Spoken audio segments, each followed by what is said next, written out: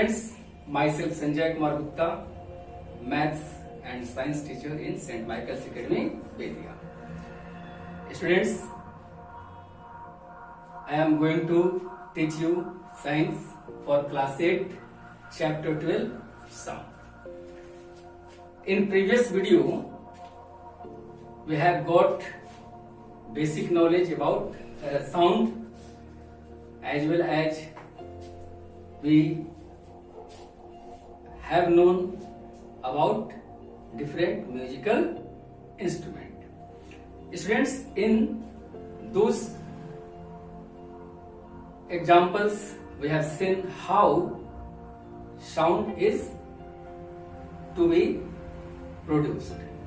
As you know that sound is produced by vibrations.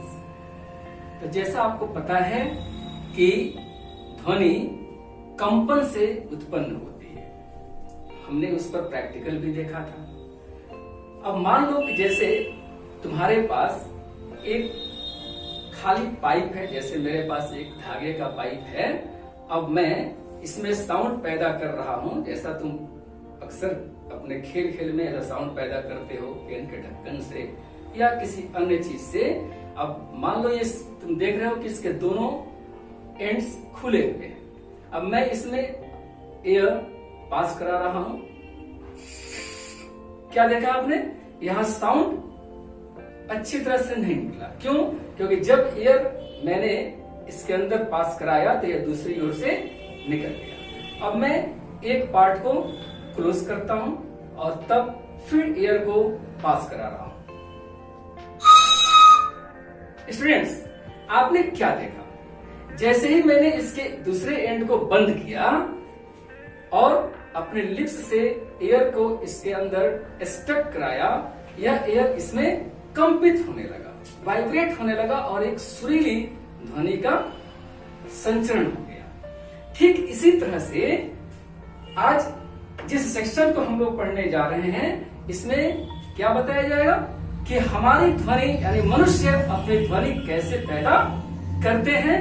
As you can see that the topic is how to human produce sound. Okay, so you should know that the main part in our body for producing sound is called larynx. Larynx, it's called स्वर ग्रंथि in Hindi.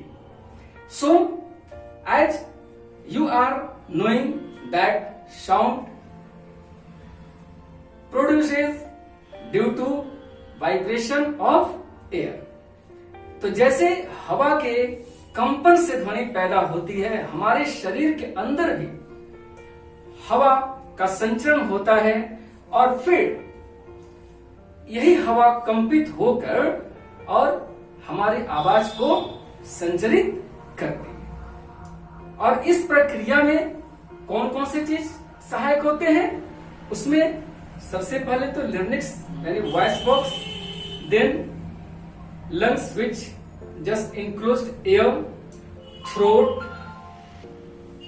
then vocal cords, mouth, lips, as well as our nose also work to perform this activity.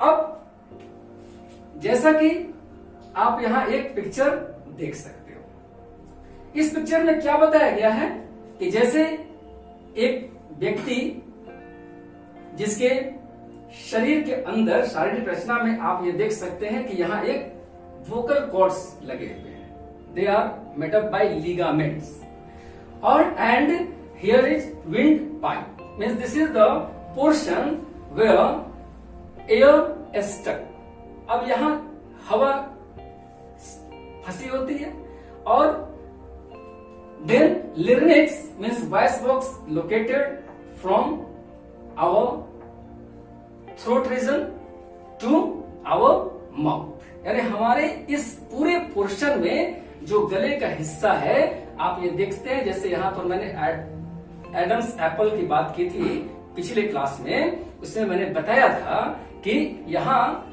एक कंपन होता है जब हम बोलते हैं, यानी यही वह पोर्शन है लिरिक्स जहां से ध्वनि का उत्पत्ति होता है। Then our lips and mouth as well as our teeth also control the air, यानी ये हवा को क्या करते हैं, नियंत्रित करते हैं। जैसे कई बार क्या होता है कि हम अपने आवाज को बहुत तेज गति से बोलते हैं, हो सकता है हम अपनी आवाज को दबाकर बोल रहे हैं।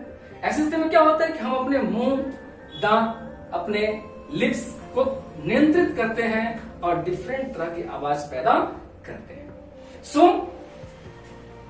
जस्ट यू कैन अंडरस्टैंड, जैसे कि आप देखते हैं कि हमारे शरीर में क्या है, एक विंड पाइप होता है, यानी वायु पाइप जिसको हम बोल सकते हैं, और यह ठीक हमारे वोकल कॉर्ड के या ऊपर वाले हिस्से में स्थित होता है।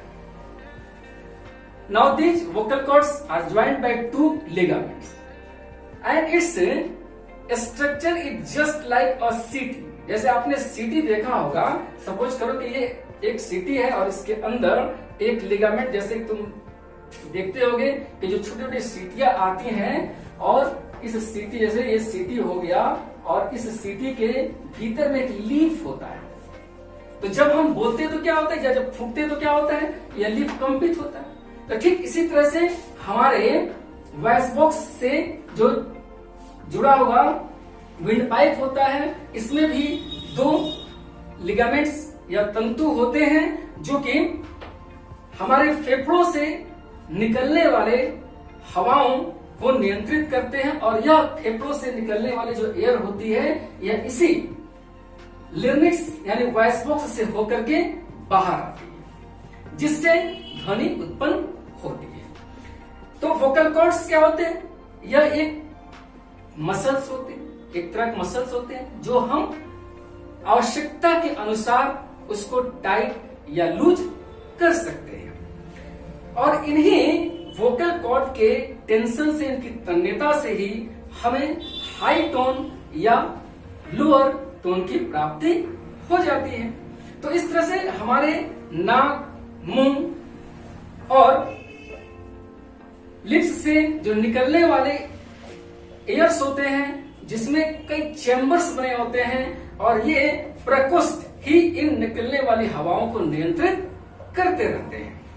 अब जब हम अपने मुंह या नाक से इस चेंबर के आउटर पार्ट यानी बाहरी चेंबर को संतुलित करते हैं, उस समय वोकल कॉर्ड से या वोकल सिस्टम से जो आवाज निकलती है, वह आवाज फेफड़ों से निकलने वाले वायु के कंपन से प्राप्त होती है। इस तरह से हम ध्वनि को प्राप्त कर लेते हैं। Students, as you should know that larynx is a part of the throat which is responsible for production of sound. यानी अब हमारे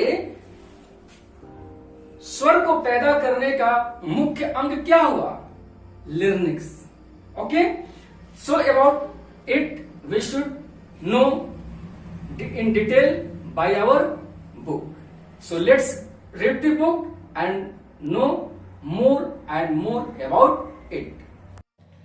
How do human produce sounds?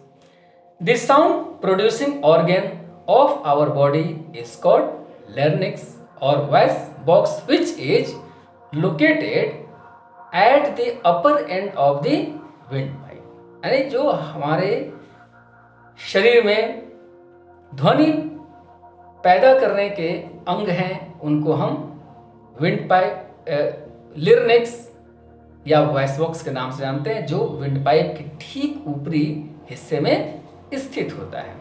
Inside the voice box there are two ligaments called vocal chords.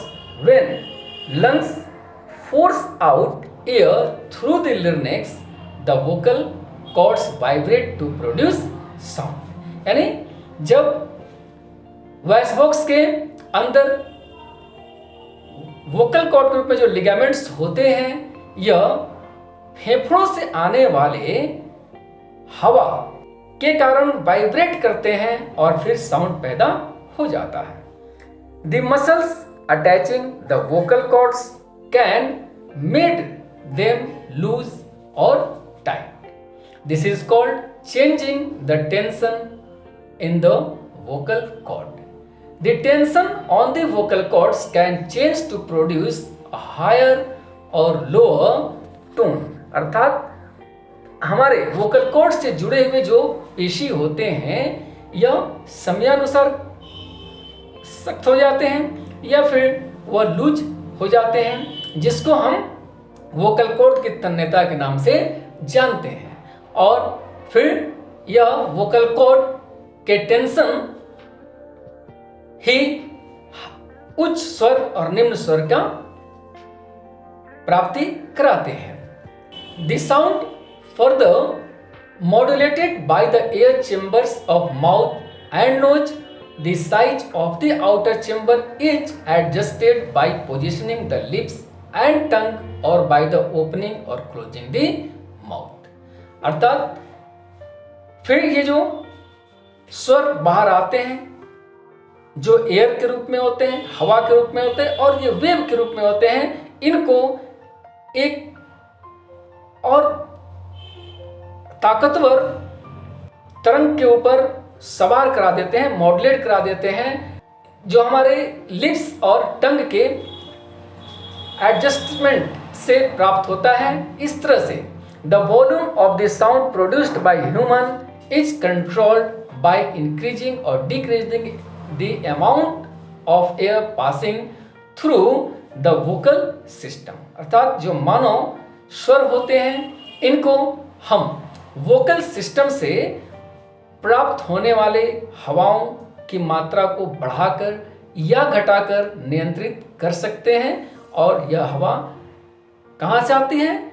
It comes from the lungs, यह हमारे फेफड़ों से आती है। So students, about propagation of sound will read in next video. Till then, thank you.